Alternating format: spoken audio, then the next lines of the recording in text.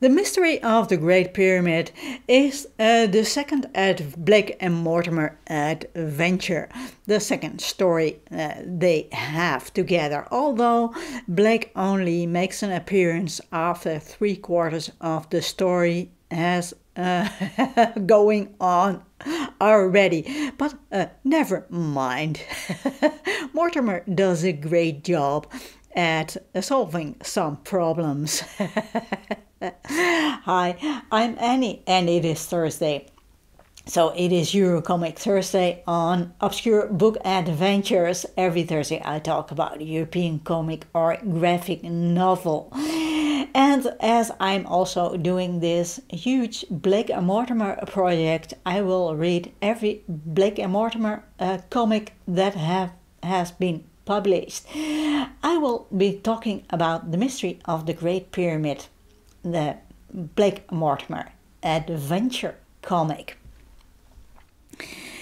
So, personally, I think The Mystery of the Great Pyramid is really an interesting story. When Mortimer decides to spend his holiday in Cairo, he plans to meet his old friend, Professor Ahmed Rashim Bey, who is researching all kinds of interesting archaeological things in Egypt. So Mortimer is really interested in that. So there is talk about that there is this secret burial chamber in this pyramid, and that hasn't been discovered yet. So is it a myth? Or is it a real possibility that there is really undiscovered treasures to be found? But when there is talk about undiscovered treasures, that is not only really highly interesting for our archaeologists to research and to discover, but there are also, of course, crooks and thieves and thugs hunting for this treasure. So Mortimer, Blake and Mortimer, they have their job cut out for them to fight these villains and these absolute thugs. So this is really a great adventure for them. This Blake and Mortimer comic was written and illustrated by Edgar P. Jacobs, which was first published in the Tintin magazine from starting in March 1950, and the last installment was published in June 1952, and Jacob's fascination for ancient Egypt really shines through. He did absolutely thorough research, not only for the story but also for the illustrations. He visited the pyramids of Gizeh. He went to the Egypt Museum in Cairo. He read books on the subject, not only books written by Egyptologists that were living in the 1950s when Jacobs did his research, but also he read also ancient books on the subject written by classic writers like Herodotus and Strabo. And Jacobs also studied the hieroglyphs, so he made sure that all of the hieroglyphs in his illustrations were absolutely accurate. And he had Pierre Gilbert, and he was an important Belgian Egyptologist, and he had him, Jacobs, he checked every detail in Jacobs' story for accuracy, but also he checked every illustration to see if it was historically accurate. Jacobs, I must say, Gilbert advised against the fact that Jacobs decided to use the Pyramid of Cheops to be the place where there was a secret burial chamber and secret corridors and such, as this pyramid was extensively researched, and archaeologists, Gilbert being one amongst them, said, well, there is absolutely no doubt about it, there are no secret chambers or whatsoever to be found in this pyramid. But Jacobs stuck to his guns, he stuck to his plan, and later, as I remember correctly, years later, they actually did find undiscovered corridors in this Pyramid of Cheops, and an undiscovered chamber. So Jacobs was right. Although at the time all evidence proved him wrong. So this is really a fun coincidence I found. The mystery of the mystery of the Great Pyramid is a work of fiction. But the second album of this story, this story was published in 2 volumes. It was based upon the tomb of Seti Ir in Abydos, and his tomb, the tomb of this ancient pharaoh, was resemblance was the same of the same structure as the secret chamber in the second album of the Mystery of the Great Pyramid, as it was also underground, and the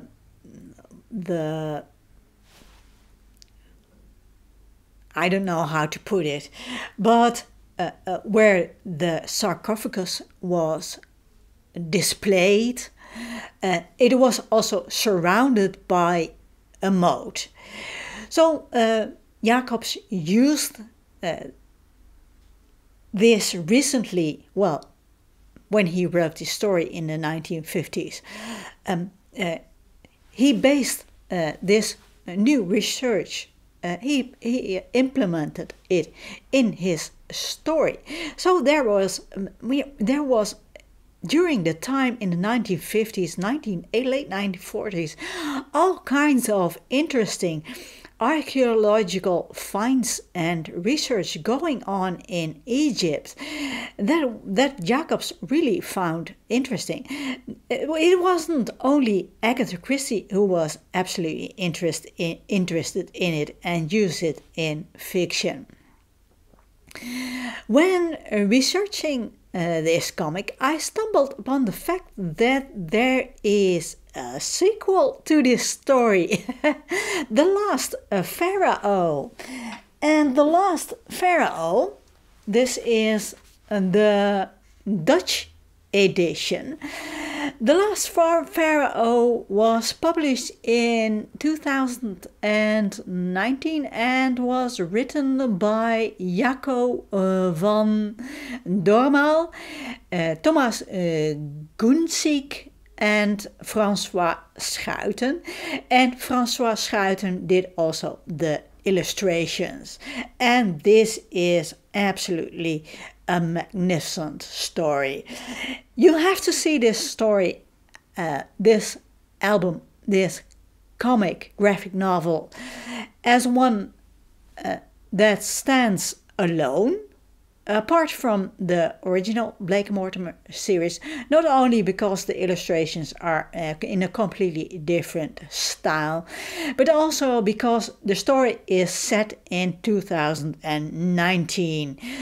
So it depicts Blake and Mortimer as two old men, but it doesn't keep them from solving this absolutely huge problem. As this story is set in Belgium, Jacobs always wanted to have a story set in Belgium, but his publisher didn't allow that, as the French publishers saw the Blake Mortimer market. I don't know if this is the right English, but they saw it as most of the readers were French, and so they didn't allow Jacobs to have a story set in Belgium. So I think Schuiten and Gunzig and van Dormael, it was a good idea to set the story in Belgium. So in the story is about the Justice Palace in Brussels, and Mortimer and his friend Henry find the office of the architect of the Justice Palace, Joseph Poulaert, and this was hidden behind a wall. And when they break open this wall, there suddenly is this huge amount of electromagnetic radiation, which causes all kinds of problems.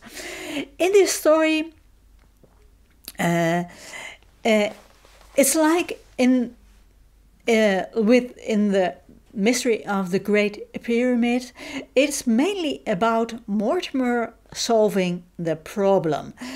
And Blake only steps in when the British government wants to take really dramatic measures, which could cause even more problems than that there already are. I'm not sure how to exactly describe it in English, but I think I would describe the atmosphere of the story as sultry. There is a hint of somberness in it, but it never makes me feel depressed. I can't quite put my finger on it why that is. Maybe it's the coloring. The colors are a bit somber, but the electromagnetic radiation is really bright. In a strange way, this brightens things up a bit, although this radiation is really, really dangerous. Let me see if I can show you some of it. Like here they break through. They break through the wall and you can see the radiation. So I think, and you can see the drawing style is more realistic than here is the Palace of Justice.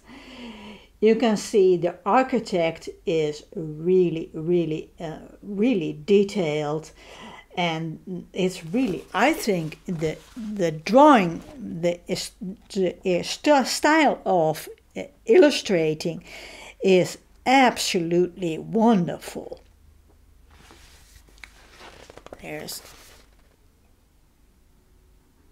So this is really, really, really interesting.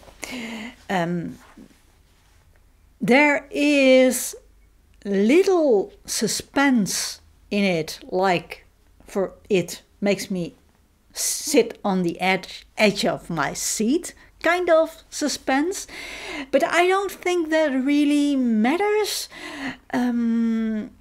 We go on this journey with Mortimer, and he is discovering all kinds of things, and he is always the scientist.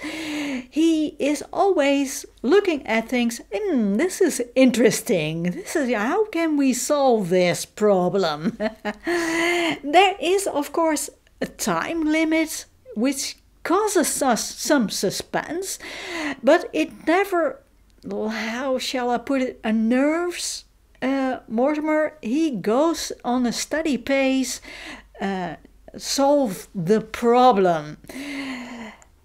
The story gets a little bit absurd and strange at sometimes, but never it becomes ridiculous or a laughing matter. And the story also has some sort of deeper meaning to it, which I found really interesting. Like I said, the architecture and the illustrations in this comic graphic novel is absolutely stunning. Schuiten always had interest for architecture.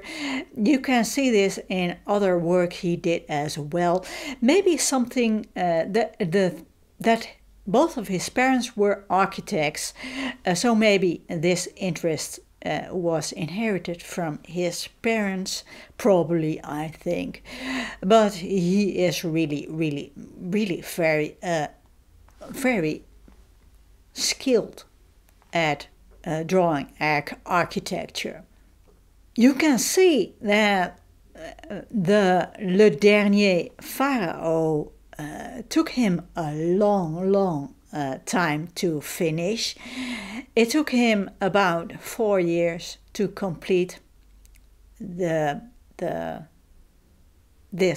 album, and you can see it, the illustrations. Well, I can't stop raving about the illustrations, but the story is also absolutely pitch perfect. Le Dernier Pharaon. Oh no, I forget. I almost forget. I must say something about the coloring. The coloring is done by Laurent Durieux, and I think he did an absolutely excellent job at enhancing the atmosphere of the story. He did use about 70 different colors, and they were based upon the Blake and Mortimer comic The Time Trap. So it has some sort of a retro feel to it. Le Dernier Pharaon. Let's see if I can get...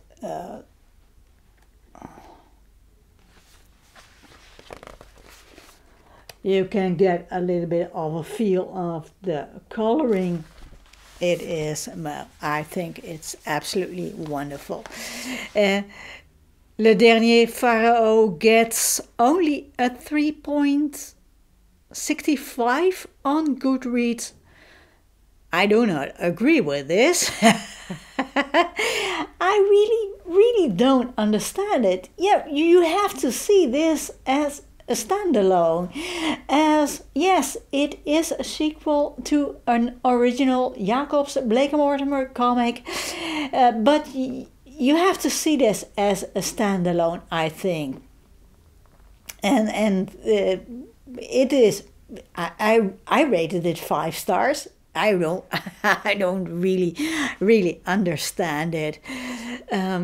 Regrettably, this album, I don't think it is yet translated into English.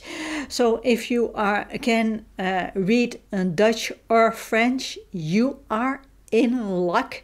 But the Mystery of the Great Pyramid is translated into English, and you can read that. And I can also highly recommend you pick up that Blake and Mortimer graphic novel comic sort of story, which I found just Excellent. So hope you you enjoyed my long ramble about Blake and Mortimer, and I keep reading those European comics. Of course, all kinds of interesting European comics have been published in English as well. And I hope to see you in the next video.